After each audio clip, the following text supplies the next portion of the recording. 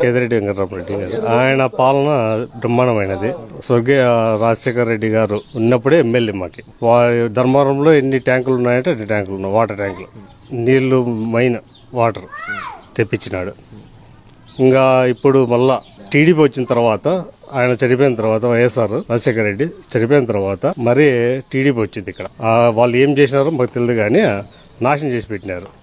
మళ్ళా ఇప్పుడు జగన్ గారు వచ్చి పోరాడి మళ్ళీ గెలిచినాడు. ఇప్పుడు మళ్ళీ ఆ మొవ్వడి నవరత్నాల కార్యక్రమంలో అన్నీ బాగా జరుగుతున్నాయి. గతంలో ఎమ్మెల్యే ఎలా చేశారు? ఇక్కడ కేతిరెడ్డి వచ్చిన తర్వాత ఇక్కడ మీ కాలనీకి ఎలాంటి డెవలప్మెంట్ చేశారు? ఓ సీసీ రోడ్లు కావచ్చు, మామూలుగా ఇవి ఇంటికి ప్రతి ఇంటికి కానీ వాలంటీర్ పద్ధతి కానీ సచివాలయ సిబ్బంది కానీ ముసలోళ్ళు అందరూ మొన్ననే చూసినారు. పింఛన్ల విషయంలోనే ఏం చేసినారు? ఎలక్షన్ కోడ్ వచ్చింది, పింఛన్లు వాలంటీర్ పంచకూడదు. ఎంతమంది ముసలోళ్ళు ఇబ్బంది పడినారు. మాకు